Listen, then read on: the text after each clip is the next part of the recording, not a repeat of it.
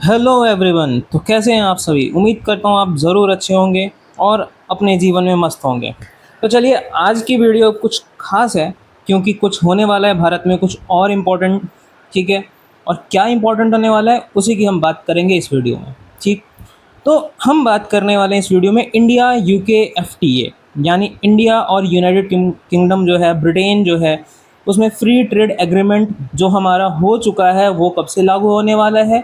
तो आने वाले 15 तारीख से इसको क्या कर दिया जाएगा, इम्प्लीमेंट कर दिया जाएगा। ठीक है, तो यही है आज की हमारी इस वीडियो में जिसको हम कवर करने वाले, इंडिया यूके एफटीए। ठीक, तो चलिए, स्वागत है आपका फिर से इस चैनल पे। चलिए शुरू करते हैं इस टॉपिक को। तो जुलाई 15 2026 लैंडमार्क डे है ना। स्क्रीन पे आप सभी को नज़र आ रहा होगा कि हम किसकी बात करें, जुलाई 15 को, यानी कि जो आने वाली जुलाई 15 है। तो ये क्या है, हमारे लिए एक लैंडमार्क डे है। क्यों? क्योंकि इंडिया और यूके का comprehensive economic and trade agreement, जो कि लास्ट ईयर मई 2025 में, मई 2025 में हो चुका है, अब वो फोर्स में आने वाला है। यानी कि डील कब साइन हुई थी? लास्ट ईयर, लेकिन अब क्या होने वाला है, अब वो इम्प्लीमेंट होने वाला है ना।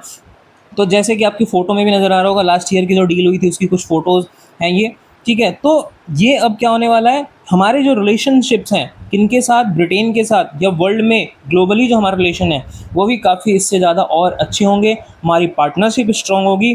ठीक, चलिए, अब भाई है क्या, हम क्यों पढ़ रहे हैं ये, आप मैंने ये वीडियो क्यों बना रहा हूँ मैं इसके लिए। तो जैसे कि आपने अभी सेकंड चैप्टर पॉलिटिकल साइंस का पढ़ा होगा, कंटेम्प्रेरी सेंटर्स ऑफ पावर। ठीक है, कि भाई अमेरिका नहीं तो उसके बाद कौन ऐसी पावर होगी जो दुनिया पे शासन चला पाएगी या फिर पावरफुल सबसे ज़्यादा मानी जाएगी अमेरिका के अलावा। तो उस चैप्टर में हमने भी बात की थी क्या, फ्री ट्रेड एग्रीमेंट्स की, है ना। कि फ्री ट्रेड एग्रीमेंट होता है किसी भी दो देशों के बीच में या किसी भी दो ग्रुप्स के बीच में, ताकि हम क्या कर सके, सही से उनके साथ में बिजनेस कर सके, ट्रेड कर सके, है ना। बिल्कुल जो टैक्स वगैरह हैं वो क्या कर दिए जाएँ, बिल्कुल रिड्यूस कर दिए जाएँ, हटा दिए जाएँ। ठीक है, जो रूल रेगुलेशंस है उसमें क्या किया जाए, कुछ ढील दी जाए, उसके लिए अच्छे से रूल रेगुलेशन बनाए जाए ताकि आराम से ट्रेड हमारा चलता रहे, हमारे रिलेशन भी अच्छे रहे, है ना। तो यही क्लास 12 का आपका सिलेबस है, कंटेम्प्रेरी सेंटर्स ऑफ पावर जो पॉलिटिकल साइंस का सेकंड चैप्टर है, उसमें ही हमने इसके बारे में पढ़ा था, है ना। तो इकोनॉमिक डिप्लोमेसी इससे बढ़ती है। ठीक, स्ट्रेटेजिक एटोनॉमी, ठीक है, और ग्लोबली सप्लाई चेन इंटीग्रेशन, कि हम ग्लोबली क्या करेंगे, हमारा जो सप्लाई चेन है वो क्या होगा, और ज़्यादा इंटीग्रेट हो जाएगा। यानी हमारा जो व्यापार होता है किससे, यूके के साथ में, वो और ज़्यादा स्ट्रांग हो जाएगा इस डील के बाद में। चलिए, अब ये थ्री पिलर्स हैं फ्री ट्रेड एग्रीमेंट के। पहला क्या है, मार्केट एक्सेस, यानी हमारा जो मार्केट है या उनका जो मार्केट है वो क्या हो जाएगा, ड्यूटी फ्री एक्सेस हो जाएगा 99% ऑफ इंडियन एक्सपोर्ट। यानी हमारा जितना भी एक्सपोर्ट होता है उस पर 99% एक्सपोर्ट्स पे क्या होगा, ड्यूटी फ्री। यानी कि टैक्स वगैरह क्या कर दिए जाएंगे, ड्यूटी उसमें से बिल्कुल हटा दी जाएगी। ठीक, इससे बहुत सारी जो सामान है हमारे यहाँ जो आते हैं या हम उनके यहाँ भेजते हैं वो क्या हो जाएंगे, कुछ सस्ते हो जाएंगे, है ना। सेकंड पिलर क्या है, टेक मोबिलिटी, यानी कि हमारा जो हमारे यहाँ के प्रोफेशनल्स हैं, अलग अलग जो लोग हैं जो क्या जॉब करने के लिए या किसी भी प्रोफेशनल वर्क के लिए कहाँ जाते हैं, बाहर जाते हैं, यूके जाते हैं, तो उनके लिए वीज़ा रूट क्या हो जाएगा, और आसान हो जाएगा, यानी आसानी से आपको वीज़ा मिल जाएगा। तीसरी चीज़ क्या है, सस्टेनेबिलिटी, यानी cooperation in green energy and innovation. क्या करने वाले हम, इंडिया और जो यूके है इन दोनों के बीच में ग्रीन एनर्जी को लेकर कॉपरेशन होगा, और नए नए इनोवेशन के लिए दोनों कॉपरेट करके, दोनों साथ में मिलकर क्या करेंगे भाई, तो काम करने वाले हैं। ठीक है, फिर इकोनॉमिक डिप्लोमेसी इन एक्शन। अब देखिए इसमें क्या है, इकोनॉमिक डिप्लोमेसी जो है इसका मतलब सिर्फ ये नहीं होता कि पैसा, है ना। ये बात होती है कि इसकी नेशनल पावर की, कि हमारा जो देश है वो कितना पावरफुल है या कोई भी देश कितना पावरफुल है। तो अगर हम टैरिफ्स कम कर देंगे तो इंडिया क्या हो जाएगा, और ज़्यादा मजबूत हो जाएगा ग्लोबल लेवल पे, है ना।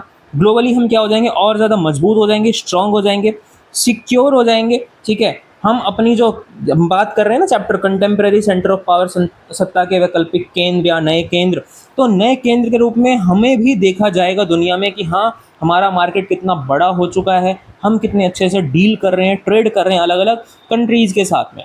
ठीक है, उसके बाद जैसे ट्रेड बास्केट, यानी बास्केट में हमें कुछ तो मिलने वाला है, क्या मिलने वाला है भाई, तो इलेक्ट्रिकल व्हीकल्स कुछ सस्ती हो जाएंगी, है ना, रोल्स रॉयस, रेंज रोवर, ठीक है, इनके ऊपर ड्यूटी वगैरह कम हो जाएगा तो फिर हम जो खरीदेंगे यहाँ पर तो वो भी क्या हो जाएगा, थोड़ा सस्ता हो जाएगा, है ना, चीप हो जाएगा। नेक्स्ट, गारमेंट्स एंड टेक्सटाइल्स, जो गारमेंट्स वगैरह हैं, कपड़े वगैरह हम जो परचेज करते हैं, जो वहाँ की कंपनियाँ हैं जो हमारे यहाँ पे कपड़े कुछ भेजती हैं, तो वो भी क्या हो जाएंगी, थोड़ी सस्ती हो जाएंगी। हम जो उनको रॉ मटेरियल भेजते हैं वो भी क्या होगा, उनको थोड़ा सस्ता पड़ेगा, है ना। और फिर तीसरा, जो प्रीमियम बेवरेजेस हैं, जो इंटरनेशनल कंपनीज या बेवरेजेस की जो बाहर से हमारे यहाँ पर क्या किया जाता है, हम इंपोर्ट करते हैं, वो भी क्या हो जाएंगी, थोड़ी सी सस्ती हो जाएंगी।